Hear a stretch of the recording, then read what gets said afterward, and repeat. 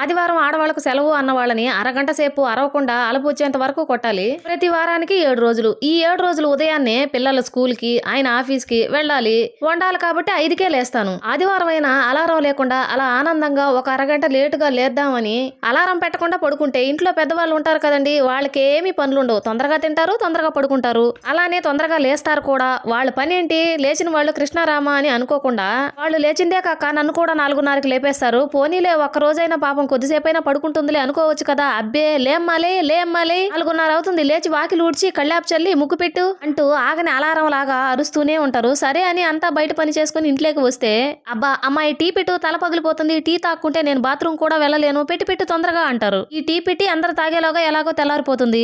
ఇక అప్పటి నుంచి టీ అని, టిఫిన్ అని, చట్నీలని, చికెన్ అని, బిర్యానీ అని, ఇక చిన్నపిల్లాడు రాత్రంతా బంతితో ఆడుకున్నట్లు నిద్ర లేచినప్పటి నుంచి పడుకునేదాకా తీరికే ఉండదు. ఆదివారం ఆడవాళ్లకు సెలవు అని రైమింగ్